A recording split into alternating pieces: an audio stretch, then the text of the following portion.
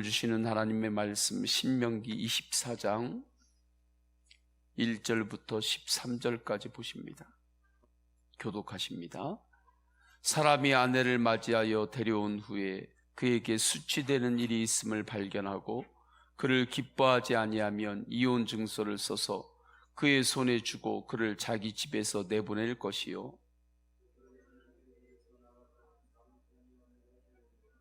그의 둘째 남편도 그를 미워하여 이혼 증서를 써서 그의 손에 주고 그를 자기 집에서 내보냈거나 또는 그를 아내로 맞이한 둘째 남편이 죽었다 하자.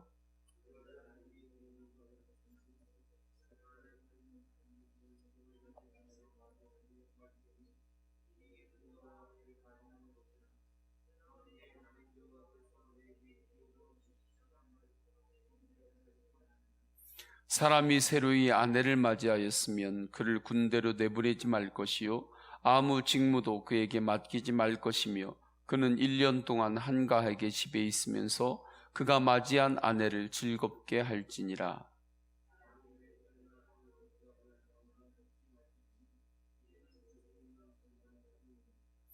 사람이 자기 형제 곧 이스라엘 자손 중 한 사람을 유인하여 종으로 삼거나 판 것이 발견되면 그 유인한 자를 죽일지니 이같이 하여 너희 중에서 악을 제할지니라.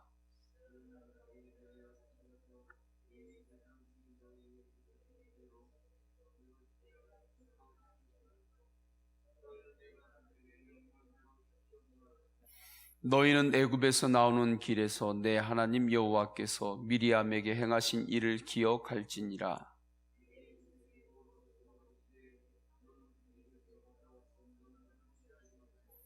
너는 밖에 서 있고 내게 꾸는 자가 전당물을 밖으로 가지고 나와서 내게 줄 것이며 다 같이요. 해질 때에 그 전당물을 반드시 그에게 돌려줄 것이라. 그리하면 그가 그 옷을 입고 자며 너를 위하여 축복하리니 그 일이 내 하나님 여호와 앞에서 내 공의로움이 되리라. 아멘. 할렐루야. 하나님께서 가나안 땅에 이스라엘 백성들이 들어갔을 때에 지켜야 되는 규례들을 말씀하십니다. 이 생활의 규례들을 통해서 우리는 하나님이 어떤 분이신가를 더욱더 알게 되는 것입니다. 하나님의 마음을 아는 거예요. 하나님의 성품을 아는 것입니다. 오늘 이 생활 규례를 통해서 우리가 알 수 있는 하나님은 어떤 하나님이신가? 보호해 주시는 하나님이십니다. 하나님은 약함을 보호해 주십니다. 세상에서는 약함이 드러나면 공격의 대상이 됩니다. 그래서 내가 약하고 아픈 상태에서도 아람푸정하는 거죠. 강한 척하는 거죠. 이유는 내가 약한 것을 드러낼 때에 사람들이 또 세상에서 그것을 공격의 대상으로 삼기 때문에 그렇습니다. 그러나 하나님은 그렇지 않습니다. 하나님은 약함이 있을 때에 오히려 그 약함을 보호하시고 그 약함 가운데 주님께서 특별한 은혜를 베풀어 주십니다. 오늘 본문을 보게 되면 이 당시에 아주 약한 영역이 나오고 있어요. 여성입니다. 여자가 아주 약한 영역 중에 한 곳이었습니다. 그래서 함께 살고 있는 여인이 쫓겨나갈 수도 있어요. 근데 쫓겨나갈 때 아무런 법적 제도가 없이 쫓겨나가면 그 여인은 살아갈 수가 없습니다. 특별히 여러 가지 율법들이 제정되어 있는 상황에서 여인이 살아갈 수가 없는 거죠.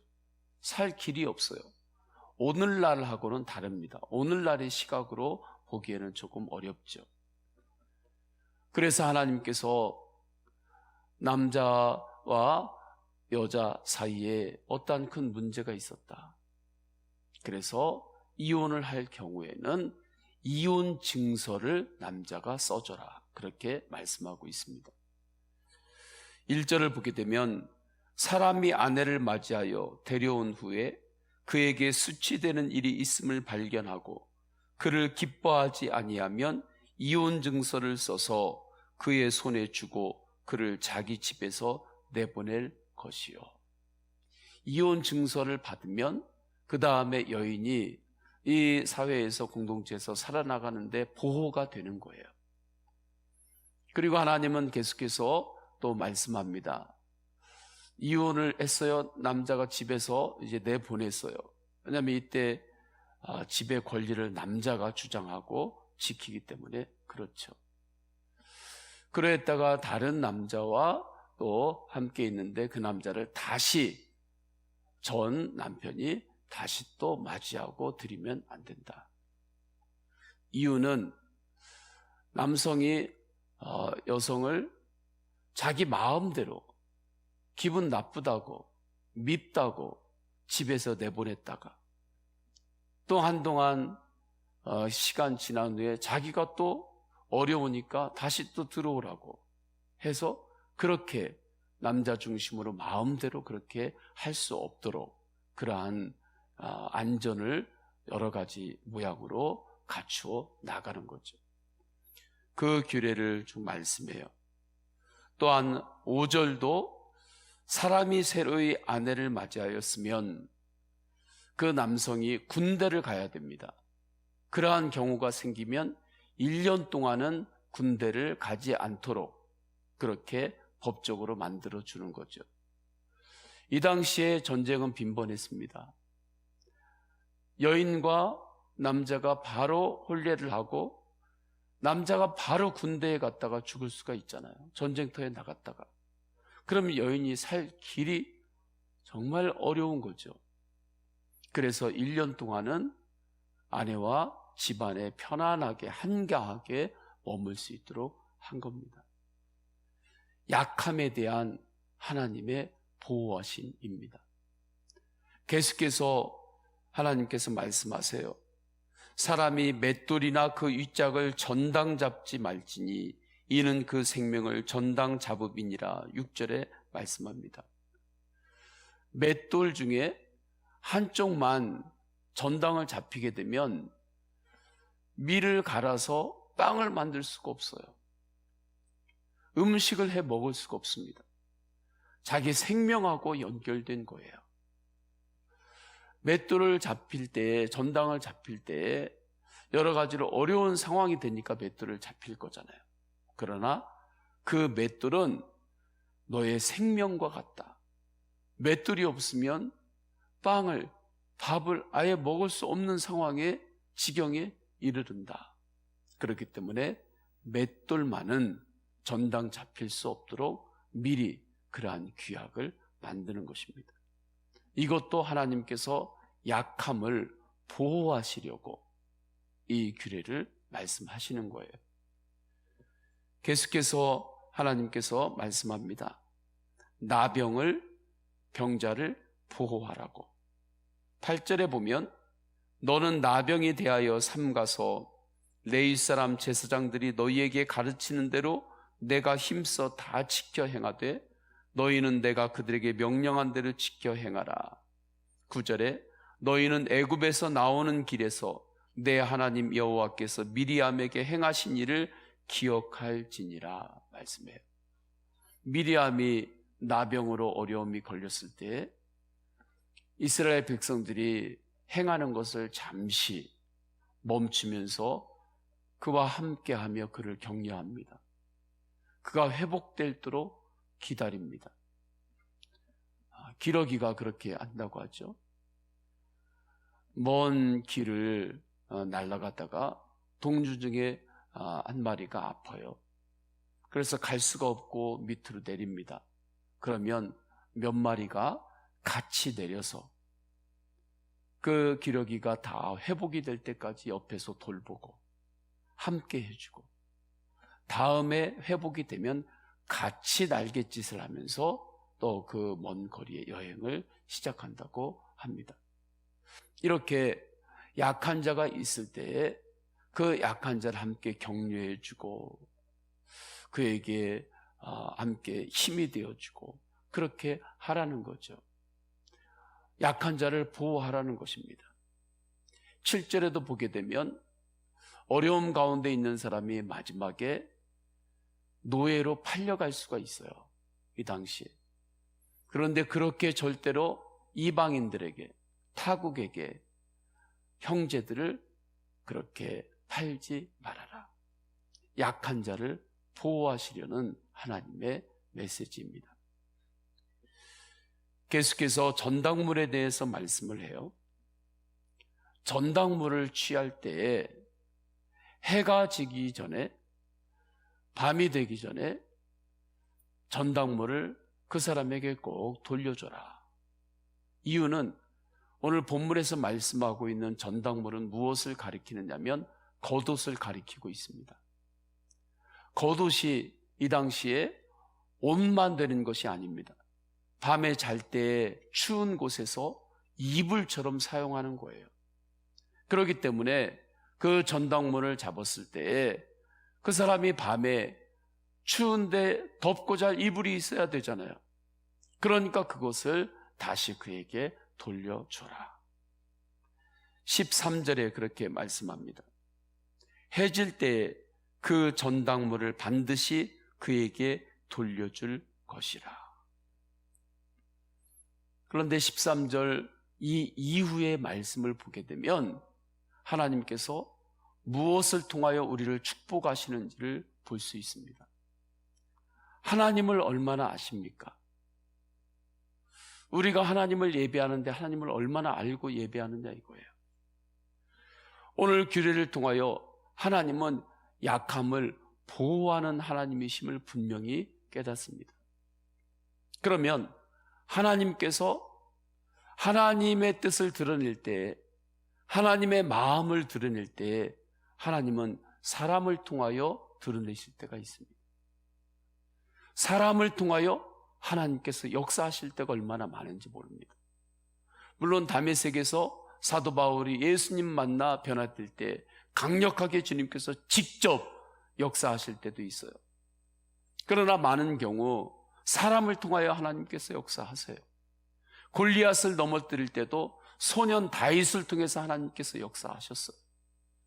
보호하시는 하나님의 마음, 보호하시는 하나님의 성품, 보호하시는 하나님의 능력을 이 땅에 드러낼 때에 하나님은 그 보호하심을 통로로 삼을 사람을 하나님께서는 찾습니다.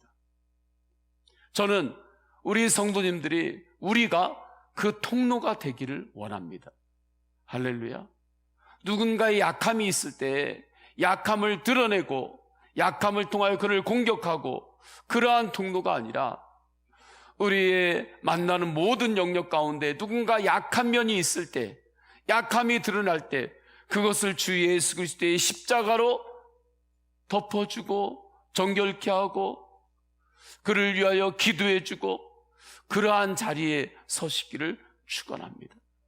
그리고 그 약함을 통하여 하나님 앞에 더 그가 나가야 될 그러한 상황이 되면 그것을 꼭 입을 열어서 함께 대화를 나눠야 될 상황이 되면 기도로 준비하고 그리고 온유함으로 입을 여시기를 축원합니다.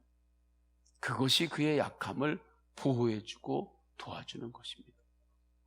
저는 우리 교회가 이 땅 가운데 약함이 있을 때 세상의 약함을 보호해주고 그 약함을 치유하고 그 약함을 회복시켜주는 하나님의 놀라운 통로가 되기를 원합니다. 그래서 아픈 이들이, 약한 이들이 우리 교회에 편안하게 찾아오고 그리고 약한 이들, 부족한 이들, 그러한 이들이 교회에서 하나님을 만날 때, 예수 그리스도와 인격적으로 만날 때 그 안에서 하나님께서 그 약함을 회복시켜 주시는 그 은혜의 자리가 우리 서원교회의 자리가 되기를 원합니다. 더 나아가서 우리 한국교회가 그러한 사명을 감당해야 하는 거죠. 그러할 때 하나님께서 축복이라고 말씀합니다. 13절 다시 한번 제가 읽겠습니다. 해질 때 그 전당물을 반드시 그에게 돌려줄 것이라. 그리하면 그가 옷을 입고 자며 너를 위하여 축복하리니 그 일이 내 하나님 여호와 앞에서 내 공의로움이 되리라. 보호함을 받은 이가 축복한다고 할 때 성부, 성자, 성령의 이름으로 축복합니다, 이 뜻이 아니죠. 아, 고맙다. 그분의 배려가 고맙다. 그분의 마음이 따뜻하고 감사하다. 이러한 고백을 하나님께서는 축복으로 받겠다는 거예요. 또 믿는 자 같으면 하나님 앞에서 기도하고 또 중보하는 그 시간을 갖겠죠. 그때 하나님께서 그 기도를 하나님께서 주시는 축복의 통로로 삼겠다는 거예요. 그리고 하나님께서 그를 축복하여 주십니다. 약함이 있을 때 약함을 드러내는 자에게 복을 주시는 것이 아니라 주님의 마음으로 약함을 보호하는 자에게 주님께서 축복하십니다.